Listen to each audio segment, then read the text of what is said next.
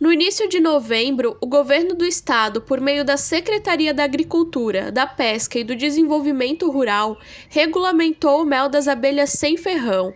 A portaria número 37 de 2020 regulamenta uma norma interna que estabelece a identidade e os requisitos mínimos de qualidade que deverão ser apresentados para a produção e a comercialização do mel das abelhas sem ferrão produzidos em Santa Catarina. Com a aprovação dessa norma, o mel dessas abelhas será classificado de acordo com a sua origem, apresentação e processamento. Os estabelecimentos terão o prazo de 120 dias para se adequarem. Mas você conhece esse tipo de abelha? Um levantamento feito pela EPAGRE e pela Federação das Associações de Apicultores e Meliponicultores de Santa Catarina mostrou que em 2019 aproximadamente 6.000 famílias do estado faziam a criação dessas abelhas. Elas são nativas do Brasil e abundantes em Blumenau, com mais de 30 espécies na região. Na FURB, as abelhas sem ferrão e o céu-mel já são alvo de pesquisas desde 2019. A pesquisa é sobre avaliação físico-química do mel e como um trabalho futuro a gente planeja em ampliar para essas questões comportamentais, de biodiversidade, de conservação, que também são extremamente importantes para a região. As pessoas começaram a criar as abelhas sem ferrão em casa, né? Então elas começam a ter esse interesse por cuidados e começam a querer também comercializar esse produto, né, obtido das abelhas.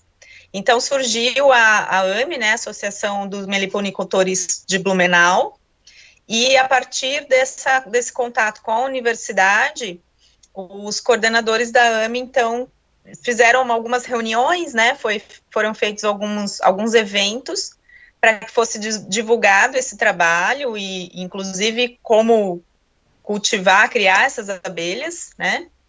E aí surgiu a ideia da gente inserir a parte da pesquisa também, né? Não só a extensão, a parte da pesquisa também para analisar esses potenciais. Como o mel das abelhas sem ferrão é diferente do produto originado das abelhas africanizadas, mais fácil encontrado no mercado, o foco inicial da pesquisa está relacionado com o sabor do mel dessas abelhas. O mel das abelhas sem ferrão é um mel diferente, não tem o mesmo sabor e a mesma consistência, a mesma densidade do mel das abelhas africanizadas. Elas são abelhas menores e algumas, assim, não é só pelo tamanho, mas as características delas não são colmeias que vão produzir tanto mel como as outras.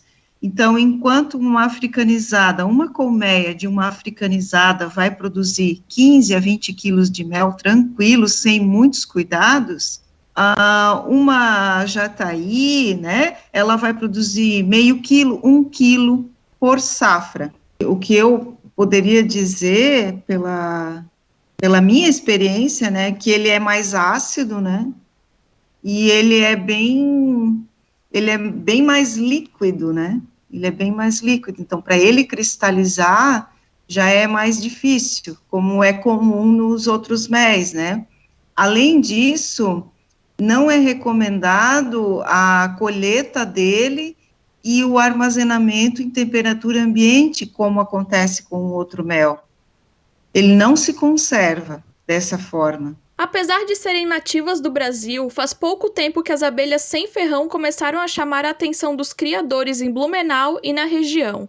Isso porque elas não são agressivas, característica que facilita o manuseio e faz com que esse tipo de abelha possa ser criada, inclusive em áreas urbanas.